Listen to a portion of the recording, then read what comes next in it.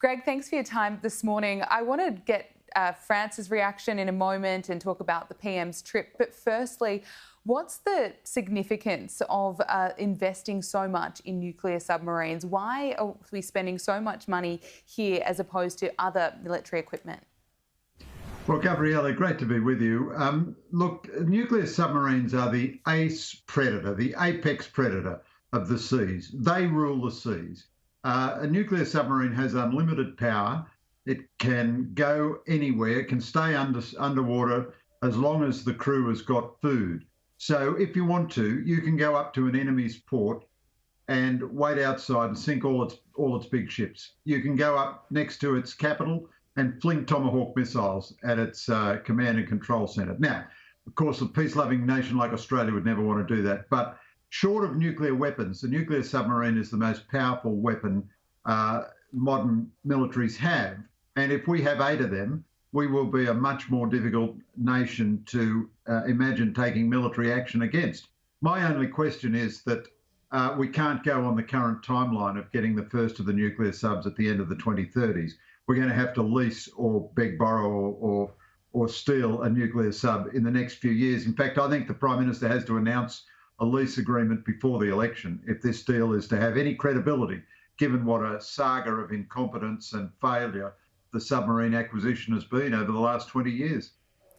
So that's how soon this needs to be announced, before the next election, and then in the next few years we need to be leasing new different submarine deals?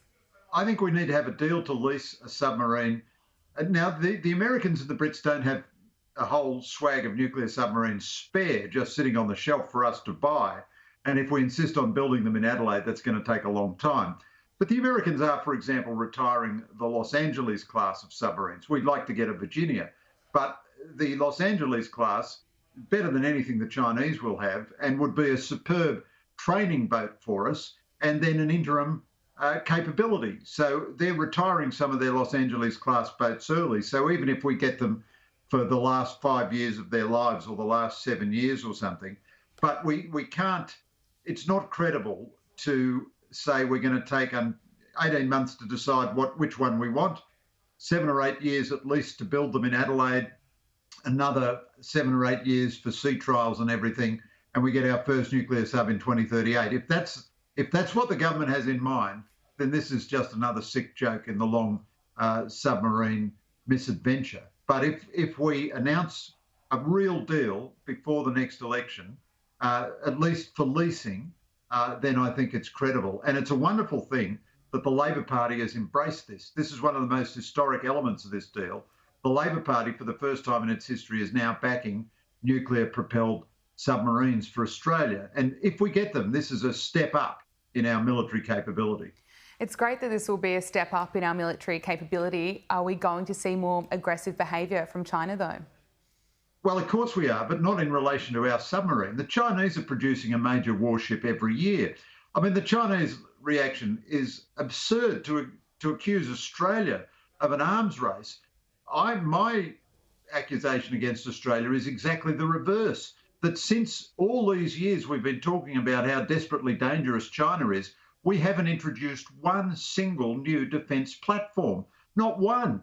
Even our frigates, which are very tame little boats, very tame little ships anyway, are not arriving now until the early 2030s at the earliest. So, whatever we do antagonises China. If we blow our nose, if we get up in the morning, if we don't roll over to all its demands, we antagonise China. Much better for us to be a prickly porcupine, which it's very dangerous to touch, than for us simply to lie down and play dead. Can we talk about France's response to the AUKUS agreement? They're clearly furious. They claim that they were left in the dark. Is that true? And what do you make of their reaction? Well, of course they were left in the dark. It was a secret matter. I mean, if they had been brought in for consultations, they would have leaked the thing in a nanosecond, because it was a deal they wouldn't have wanted to happen. So they would have done everything they could to sabotage this. The French are fantastic hypocrites about all this, and spectacularly dishonest.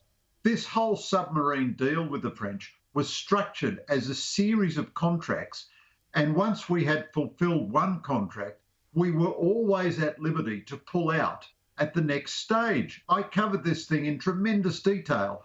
And once the French were the only player left in town, once we down selected to one country, there was no price pressure on the French at all. So the only way you have of keeping a contractor honest in that circumstance is to have your contract as a sequence of contracts where you can pull out if the performance is no good. Now, the French performance on this contract was slow and sluggish, did poorly on Australian industry involvement. It was over time and over budget. But I still think the government would have persisted with the French, except that the nuclear option became available. Now, the French have already made $2.5 billion out of this. They get another $500 million in compensation. They've made $3 billion for not much work, and they would do this in a minute. They stop countries from using their equipment when they don't approve of their military ventures. I think they're always a very dodgy strategic partner for us to have, quite frankly. I think we should have gone with the Japanese. But they have no basis for complaint here. The idea that you could have consulted them about a secret deal that you were doing with Washington and London and expected them to respect the secrecy, it's just patently absurd. Okay, Greg, before we have to go, I want to get your thoughts on Scott Morrison's visit to the US. He's right now heading it to Washington. He'll meet President Joe Biden and Quad leaders. What can we expect out of his visit? Well, this has been an incredible month or so of Australian diplomacy. You had Defence Minister Dutton and Foreign Minister Payne getting enhanced military cooperation with Indonesia, India and South Korea just a couple of weeks ago. This is a very important visit because it's the first physical meeting of the quadrilateral leaders, the US, India, Japan and Australia. It shows how seriously the Americans are taking the quadrilateral grouping and how seriously India and Japan are taking it. I don't think it's a bad thing that he won't have another trilateral meeting with Johnson, not because it'll upset the French, but because you don't want to detract from the Quad. You don't want them to think that this Anglo-Saxon stuff is more important than our regional stuff with the Quad.